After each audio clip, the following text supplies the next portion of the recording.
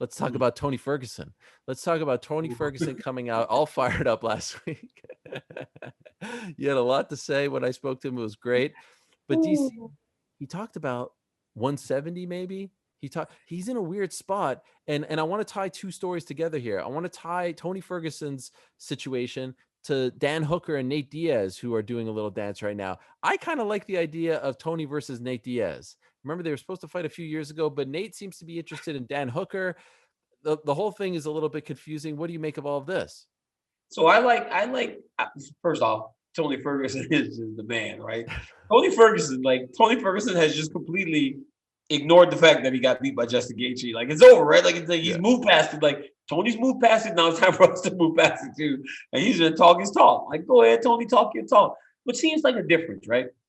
Paulo Costa is telling Izzy to just sign the contract. Like, what contract, Paulo? Like, what contract? There is no contract. There's no contract now. There's no contract coming, Paulo. But like, if Tony Ferguson goes, just sign the contract, he went 5 rounds, right? He got finished, sure, but there were moments, and Tony Ferguson is just a savage. So when he starts talking off the cuff and starts going off and crazy, you kind of just take it as Tony being Tony. But I like Nate versus Dan Hooker. I think that's a great fight. And I know what Nate is doing, right? I know what Nate is doing because Nate's taking a shot. This is a shot, I think, at Gilbert Burns. I think he's taking a shot at Gilbert Burns, right? Because when they were talking about, he's like, when Izzy said something about Dan Hooker, Nate's like, your boy's the best welterweight in the world. And he showed him beating Gilbert Burns, right? So it's like this whole little game of like everybody kind of taking shots. It's really fantastic to have Nate taking a shot at Gilbert Burns and Gilbert Burns taking shots at you. Then you got Dan Hooker taking shots at this dude. You got Izzy and Jones taking shots. It's this MMA has turned into the Young and the Restless. It's the greatest soap opera that has been on for 50 years because everybody's kind of just dabbing at everybody, but ultimately wins the payoff. And if the payoff is Nate versus Dan Hooker, Gilbert Burns gets to beat you, then I'm good. You know what I'm saying? Like that, it's like with all these people talking to Jones. So let's throw another ingredient into the pot, right? So Gilbert and Kamaru's out, right? And I bring up again, Leon should fight Gilbert. All hell breaks loose. But at the same time, DC, this is the best.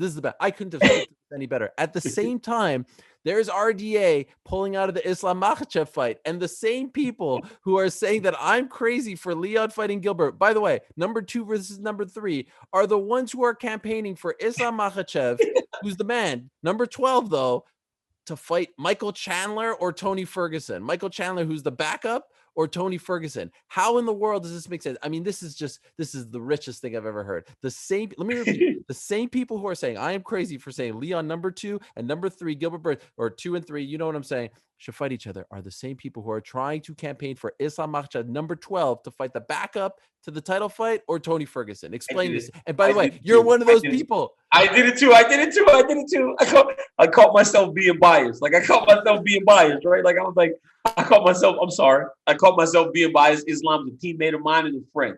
And I thought, wow, big opportunity for Islam. Here's the problem with the Islam situation, right?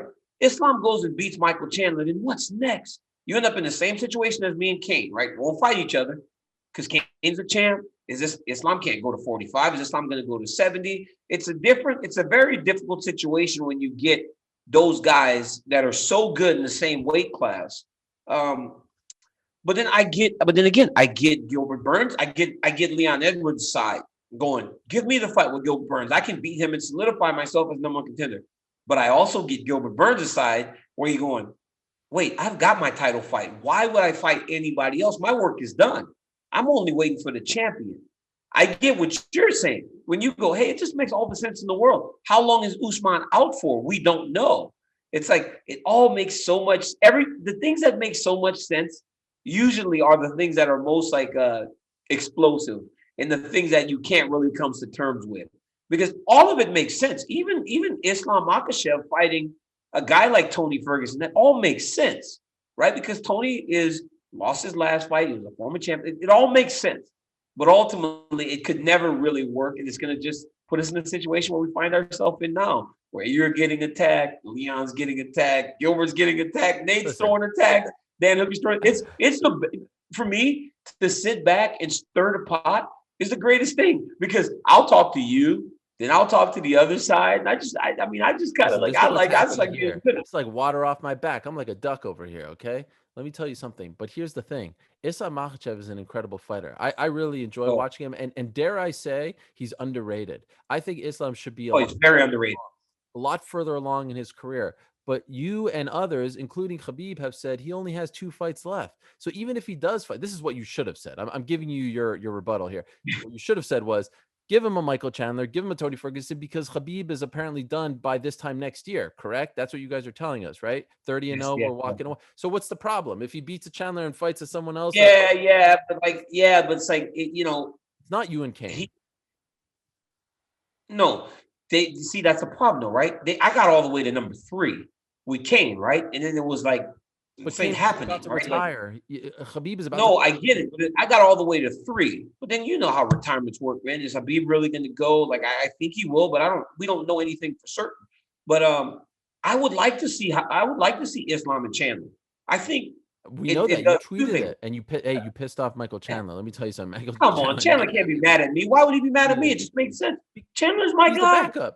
He's the backup. But no, I get it. But it also, for Chandler, it also shows, if he gets through Islam, it shows, wow, I can fight that style, because Islam and Khabib have a very similar style, right? It works in that sense, but does it work for the rankings? It doesn't. There are a lot of different factors in this whole deal. That's why it's so fun, right? But that's why it's so fun, because there are so many different elements to a thing that seems like it should be so easy, but it's still so difficult. It's still so difficult. I love it. Selfishly, I'd love to see Michael Chandler fight in 2 weeks, right? Against Islam. Like, it would be fun. I understand why he's like, nah, no way. Why would I fight a guy who's number 12? The problem is they gave him this backup title fight and he's getting paid to weigh in. So he doesn't want to waste it. But once the Khabib Gaethje fight happens, he's no longer the number 1 contender, or is he? Right? Like, you know what I mean? Well, let me tell you who's the number 1 contender. I'll tell you who's the number 1 contender. A little Irishman that might fight in November. If the Irishman wins in November, he's the number 1 contender. Because now then Chandler's right back in that position where he might end up fighting the Islam Makhachev, right? Well, think about it. I tweeted out that I don't hate the idea. It's just so great because I can see all the trolls' heads spinning now. They're like, oh my God, what are we going to say now? Because I think that Leon should fight Gilbert, and I would be okay with Chandler fighting Islam, especially since RDA is out. And especially since he's going to be there and making weight. But you can't sit here and tell me that Leon and Gilbert is a crazy idea, but also sit here and tell me that Islam versus Chandler is a great idea. You can't say that. That's hypocritical. It is. It's the exact same thing. If not Gilbert and Leon more logical because of where they sit in the ranking. Like that might be more logical. But like I said, I can see all those sides. If I'm Gilbert Burns, I'm not fighting Leon Edwards. I'm telling you that right now. If I'm Gilbert Burns, I'm just waiting for Usman. I'll wait. If you're Chandler, you're not fighting Makhachev. Although if I'm Chandler, I'm not fighting Makhachev. But as Islam's training partner and friend, I will float the idea. I can say it. I was a bit, of a team guy on that deal. But because you never know.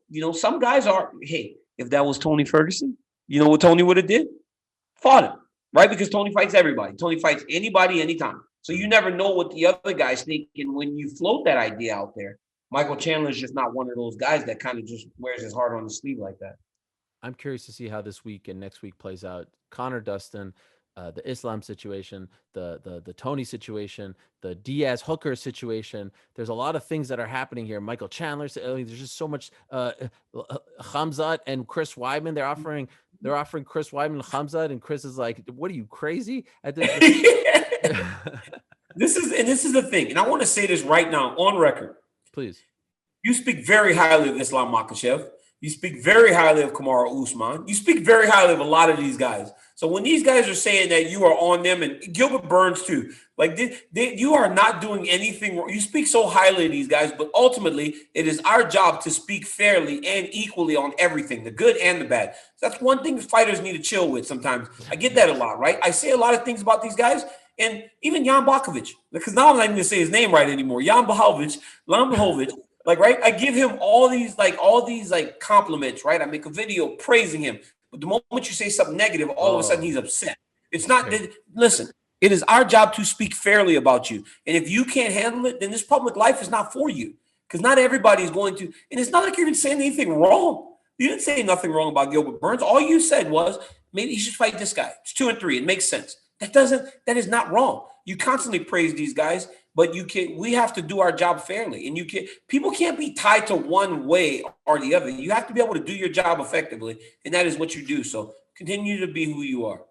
Amen. Thank you, DC. That meant a lot. That's you. My boy. On the record, because it's the truth. Thank you. On the record, Islam's the man. Islam Makhachev is the man, and you recognize that to yourself. You're not hard on Islam or anybody. It's like it is what it is. No, underrated. Actually, should be further along, if you ask me. A name that a lot of people should know.